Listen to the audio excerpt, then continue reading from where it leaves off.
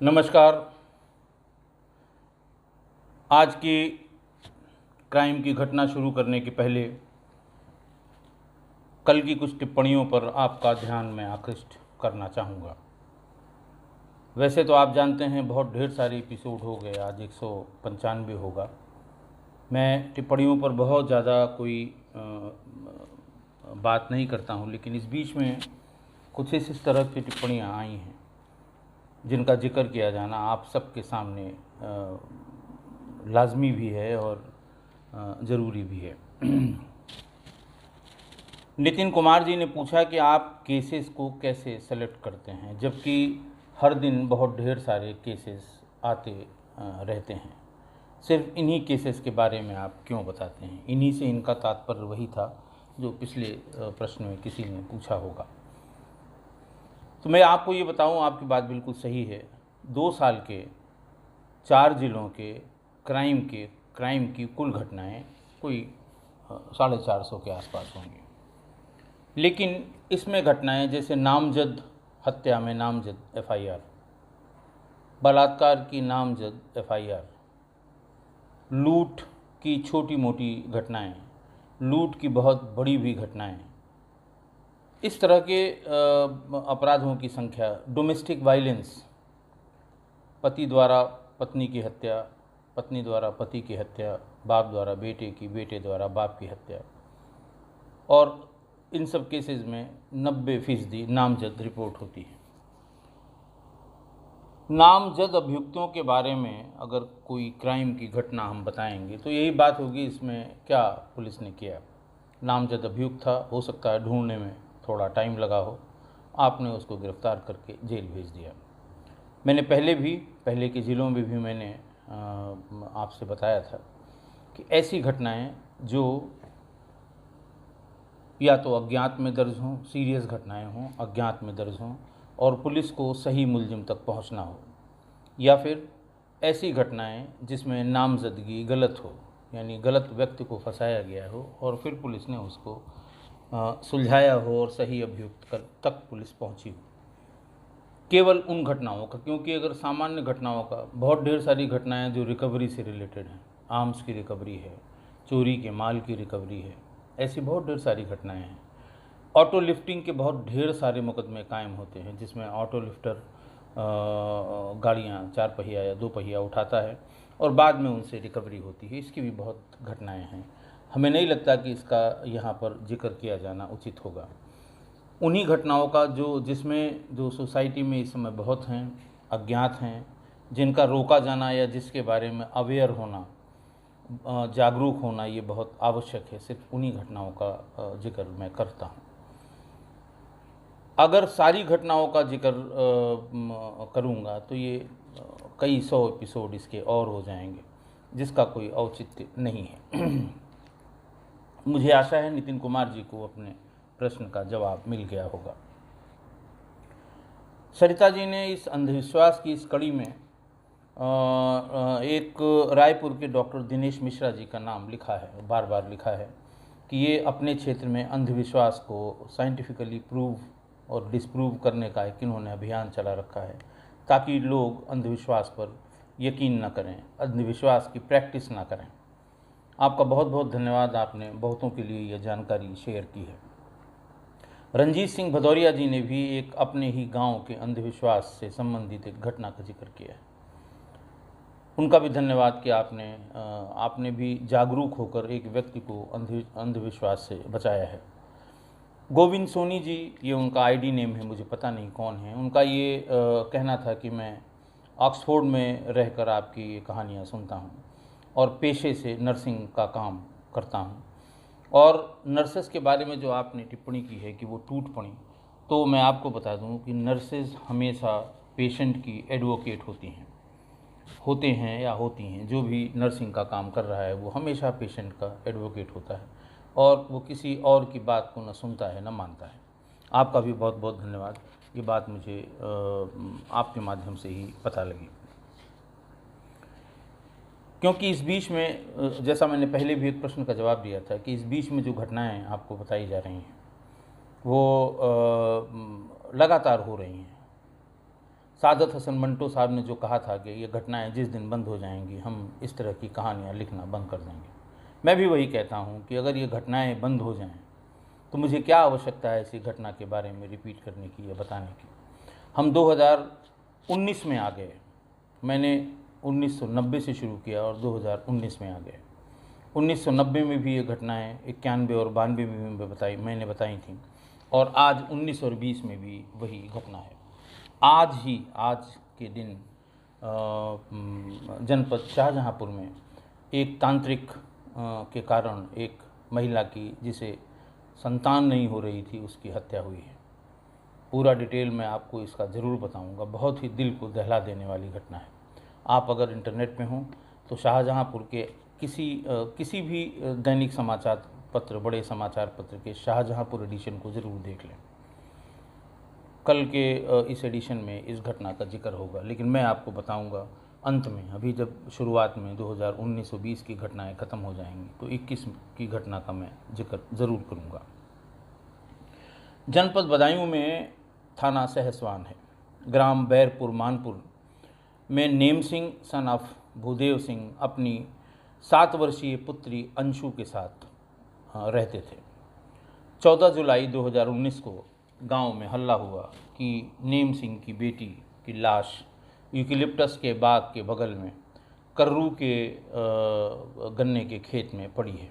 ये बात हुई शाम को 5:30-6 बजे। गांव की महिलाएं टूट पड़ी, भीड़ लगी।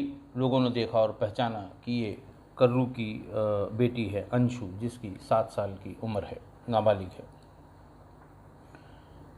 जो जगह थी वो यूकेलिप्टस के पेड़ जहाँ बहुत लगे हैं, बाग कहते हैं, लिप्टस का बाग वहाँ लोकल लैंग्वेज में कहते हैं, उसके बगल में ये खेत था गन्ने का, जिसके बीच में ये लाश पड़ी हुई थी। भीड़ में से ही किसी ने इंस्पेक्टर सहसवान को फ़ोन करके बताया कि 7 वर्ष की एक बच्ची की लाश कर्रू के खेत में पड़ी हुई है।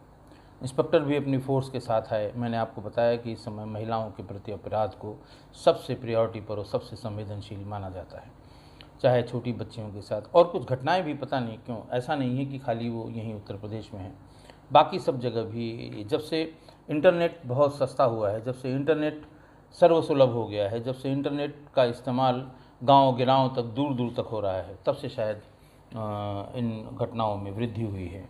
और मनोविज्ञान के स्टूडेंट्स को या मनोविज्ञान की जो अथॉरिटीज़ हैं, उन्हें इस पर ज़रूर विचार करना होगा, उसके कारण को पता लगाना होगा कि ऐसा क्यों हो रहा है, ताकि आगे चल के हम इसका निवारण भी सोच सकें। हम से मतलब समाज इसका निवारण सोचे कि आखिर इस तरह की घटनाएं क्यों हो रही हैं। इंस्पेक्टर ने तुरंत वहां पहुंचकर फोर्स के साथ शव को कब्जे में लिया और तुरंत पंचायतनामा भरवाया। पीएम के लिए बॉडी को भेज दिया गया। इधर अंशु के पिता थाने पहुंच गए, नेम सिंह, और उन्होंने थाने पर एक तहरीर दे के FIR दर्ज करने का अनुरोध किया। उन्होंने कहा कि मैं भी मौके पर गया था। कर्रू सन ऑफ जग्गू, जो गांव का ही रहने वाला है, उससे मैंने कुछ पैसे उधार लिए थे, जो मैं वापस करने के लिए उससे कुछ और टाइम मांग रहा था, परंतु कर्रू तुरंत पैसा हमसे चाहता था। जब मैंने कहा कि अभी नहीं है और अभी अगली फसल का जो पैसा मिलेगा उससे मैं तुम्हारा उधार पूरा कर दूंगा, कर्रू ने कहा कि अभी तो तुमने गेहूं बेचा था, आखिर उसका पैसा क्यों नहीं दिया और उसका पैसा कहाँ खर्च कर दिया। नेम सिंह ने बताया कि मैंने उसको बताया कि चूँकि मेरा मकान अधूरा था, तो इस बार जो पैसा मिला था गेहूं की फसल बेचने से, वो मैंने मकान में लगा दिया, लेकिन अगली बार धान की फसल जैसे ही कटेगी मैं तुम्हारा पूरा पैसा वापस कर दूंगा। नेम सिंह ने यह भी बताया थाने पर कि कर्रू ने उस समय धमकी दी। उसने कहा कि अच्छा, ऐसे तुम नहीं मानोगे। उस समय धमकी दी कि अभी पैसा दे दो वरना मैं तुम्हें खून के आंसू रुलाऊंगा। और उसकी बात मुझे अच्छी तरह याद है और मुझे शक है कि कर्रू ने ही मेरी बेटी की हत्या कर दी है। पीएम रिपोर्ट भी आ गई रात में, सवेरे। पीएम रिपोर्ट में लिखा था cause of death due to strangulation, यानी गला दबाकर मारा गया है। पुलिस फौरन कर्रू को पकड़ लाई। कर्रू कस्में खाता रहा कि साहब मैंने नहीं मारा। हर अपराधी शुरू में पुलिस के सामने पहुंचने पर अपने आप को बहुत सज्जन, सीधा और बिल्कुल इनोसेंट, किसी भी घटना के बारे में कुछ न जानने वाला बताता है। उसने बताया कि साहब मुझे फंसाया जा रहा है क्योंकि मैंने नेम सिंह से साल भर पहले, नेम सिंह ने मुझसे साल भर पहले 53,000 रुपये उधार लिए थे और ये कह के लिए थे कि मैं 3 महीने में ये पैसा वापस कर दूंगा। अभी तक उसने पैसा वापस नहीं किया और जब भी मैं मांगने जाता था, पहले तो वो कहता था कि अब दूंगा तब दूंगा, और अब वो गाली गलौज करने लगा है। लेकिन कुछ भी हो साहब, 53,000 रुपये के लिए मैं इस बच्ची को नहीं मार सकता। कर्रू ने जितनी बातें बताई कि मैंने पैसा दिया था, मैं पैसा मांगने जाता था, वो पैसा नहीं देता था, बहाने बनाता था और अब गाली गलौज करने लगा, ये सारी बात वही है जो वादी ने यानी नेम सिंह ने अपनी एफआईआर में लिखाई है कि साहब उसी ने कहा था कि मैं खून के आंसू रुलाऊंगा, उसके सिवा कोई और हत्या नहीं कर सकता, मेरी कोई रंजिश नहीं है। दोनों बातें फिट हो गईं। पुलिस को कोई और शक, मतलब किसी तरह का शक नहीं रह गया, कोई और कारण नहीं था कि किसी दूसरे पर पुलिस शक करे, क्योंकि शक के सारे कारण यहाँ विद्यमान थे। वादी जो कह रहा था वही बात जिसके ऊपर आरोप लगा था वो भी कह रहा है कि हाँ साहब मैंने पैसे दिए थे और मैंने पैसे उससे मांगे थे, मांगने में बार बार जाता था। तो अब किसी को गुंजाइश नहीं थी, चूँकि कर्रू कुछ नहीं बता रहा था तो उसको पूछताछ कक्ष में ले जाया गया। सत्यवादी नियमावली के अध्याय 1 से पूछताछ शुरू हुई, अंतिम अध्याय तक पूछताछ पूरी हो गई, लेकिन कुछ भी टस से मस नहीं हुआ कर्रू। सभी को ताज्जुब हो रहा था कि बड़े से बड़े क्रिमिनल इतने पूछताछ की इतनी सीढ़ियों तक चढ़ने के बाद टूट जाते हैं, जाने क्या बात है, ये टूट क्यों नहीं रहा है। खैर थोड़ा उसे आराम करने का मौका दिया गया। 3-4 घंटे बाद जब वो बोलने काबिल हुआ, फिर उससे पूछा गया कि मान लिया कि तुमने उसको नहीं मारा है, मान लिया तुमने उस बच्ची को नहीं मारा है, तो आखिर किसने मारा है? तुम्हारे हिसाब से कौन इसको मार सकता है? अंशु को। तुम्हारे हिसाब से अंशु को किसने मारा? बहुत वीक आवाज़ में उसने, बहुत ही फ्रिल्ड आवाज़ में ये कहा कि इसकी पहली पत्नी भागवती, उसने अभी साल भर पहले ही इससे परेशान होकर सुसाइड कर लिया था, आत्महत्या कर ली थी। मुझे पूरी बात नहीं पता, लेकिन उसके घर वाले, भागवती के घर वाले ज़रूर बता देंगे कि क्या कारण था, क्या वजह थी। अगर उनसे आप पूछें तो हो सकता है आपको ये पता लगे कि हत्या के पीछे क्या कारण था और किसने ये हत्या की है। फ़ौरन पहली पत्नी भागवती के घर वालों को थाने पर लाया गया। तो लोगों ने वहाँ, उसके घर वालों ने यानी नेम सिंह के ससुराल वालों ने, पहली पत्नी के घर वालों ने ये बताया कि नेम सिंह शराब, सुल्फा, गांजा, भांग और भांग के जो पत्ते बहुत जंगलों की तरह उगे रहते हैं, उनकी जो शुरुआती पत्तियां होती हैं, मुलायम पत्तियां होती हैं, अगर उनको आप हथेलियों के बीच में रगड़ें तो उसमें से एक रेजिन निकलता है।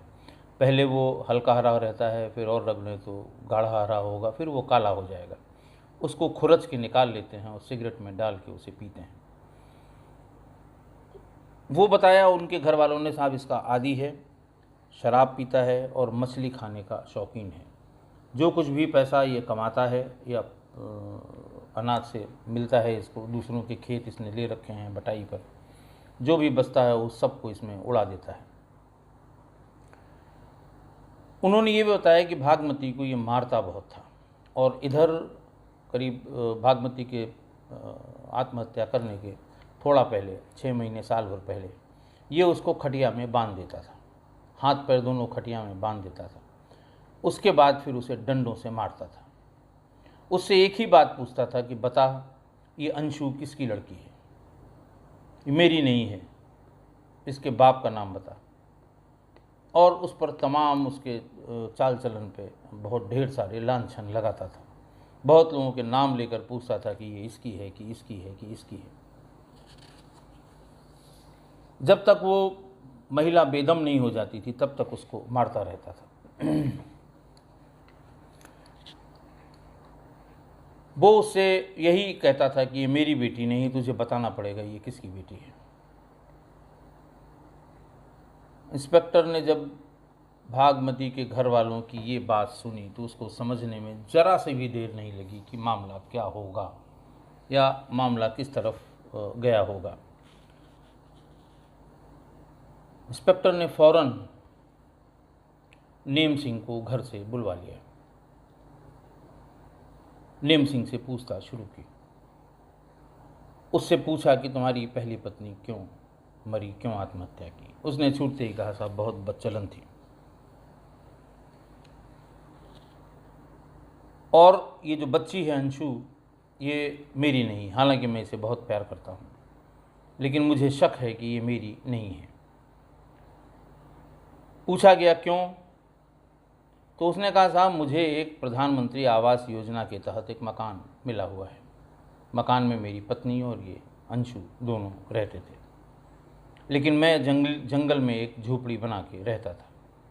फिर पूछा गया ऐसा क्यों करता था। उन्होंने कहा, साहब हमें नशे की आदत है, कोई न कोई नशा मुझे हर समय चाहिए।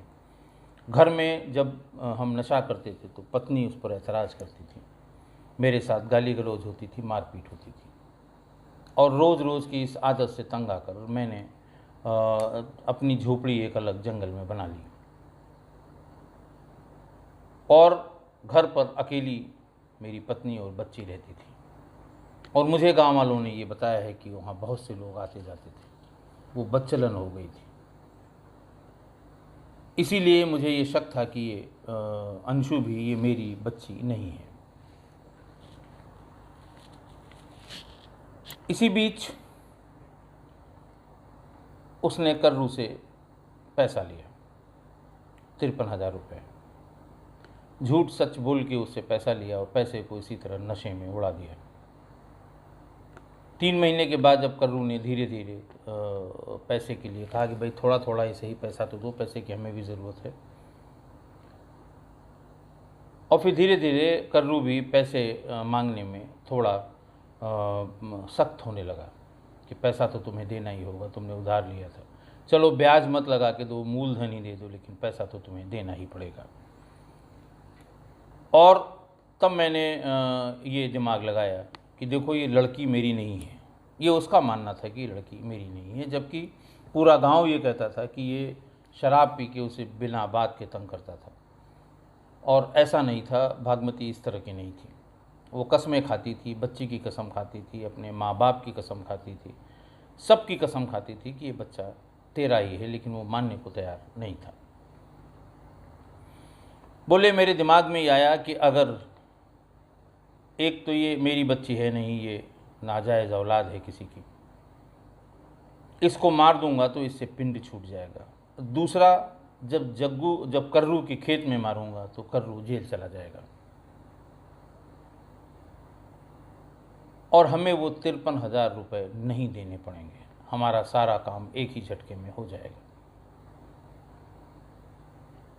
ये बात वो काफ़ी दिन से उसके दिमाग में 15-20 दिन से चल रही थी। एक दिन उसने तय किया कि आज, एक दिन क्या, जिस दिन वो पैसा लेने आया था और इससे काफ़ी बातचीत हो गई थी, उसी दिन उसने अंशु को, जो 7 वर्ष की थी और उसी की बच्ची थी, उसको चिप्स और कुरकुरे दिलाने के लिए, वो चिप्स और कुरकुरे बहुत खाती थी, चिप्स और कुरकुरे खिलाने के बहाने उसे वो कर्रू के खेत तक ले गया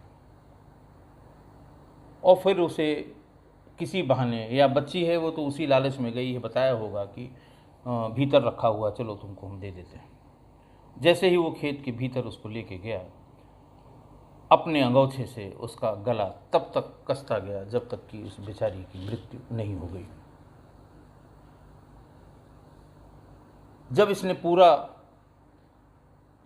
कन्फेशन बता दिया तो पुलिस वालों को इस बात का बड़ा अफसोस हुआ कि कर्रू बेचारा बिना बात के ही इतनी पूछताछ का शिकार हुआ। कर्रू को बुलाया गया, सबके सामने बुलाया गया और कर्रू से कहा गया कि हम लोगों ने सच जानने के लिए तुम्हारे साथ ज़्यादा सख्ती कर दी पूछताछ करने में, और ये गलती हम लोगों से हुई है, लेकिन हमारे पास उस समय और कोई चारा नहीं था। सिचुएशन ऐसी थी कि तुम्हारे सिवा किसी पर शक जा ही नहीं सकता था। कर्रू ने कहा कि साहब हम आप लोगों के आभारी हैं कि आपने सच बात निकाल ली, नहीं तो अगर आप मुझे जेल भेज देते तो अदालतों के खर्चे में मेरे सारे खेत बिक जाते, मैं ज़िंदगी भर जेल में रहता और मेरा पूरा परिवार बर्बाद हो जाता। 24 घंटे में इस हत्या का खुलासा हुआ। एक निर्दोष व्यक्ति जो नामजद कर दिया गया था उसकी जान बची, और एक असली आदमी जिसने ये सब कुछ किया था वो जेल भेजा गया। इस समय नेम सिंह जेल में है और उसके मुकदमे का ट्रायल शुरू हो गया है। कहने का मतलब ये है कि किसी आदमी का शक कब उसकी सनक में बदल जाए और कब वो लालच में बदल जाए, इसका कोई भरोसा नहीं है। ऐसे शक्की, सनकी और लालची व्यक्ति नेम सिंह जैसा ही हो सकता है और वो कुछ भी करने पर आमादा हो सकता है। हमारी आपकी जिम्मेदारी है, समाज की जिम्मेदारी है। वो बेचारी महिला पिटती रही, सालों पिटी, और जब ये बात पूरी खुली और पूछताछ के लिए सिपाही जो बीट के थे वो मोहल्ले में गए, ये बात सबको पता थी कि ये इसको जब शराब पी के आएगा या कभी खाना खाने आता था किसी समय, तो खाना वाना खा के जब इसे खूब नशा हो जाता था उसके बाद ये पिटाई शुरू करता था और खटिया में बांध के मारता था। ये भी सबको पता है, लेकिन किसी ने ना तो इसकी शिकायत थाने पे की, ना सब लोगों ने मिल के उसको समझाने की कोशिश की, ना उस महिला को बचाने की कोशिश की, और अनायास उसके शक में, उसकी जिद में और उसकी सनक में उसकी भी जान गई, अंशु की माँ की भी, और अंशु की भी जान गई। आज के लिए बस इतना ही। बहुत बहुत धन्यवाद।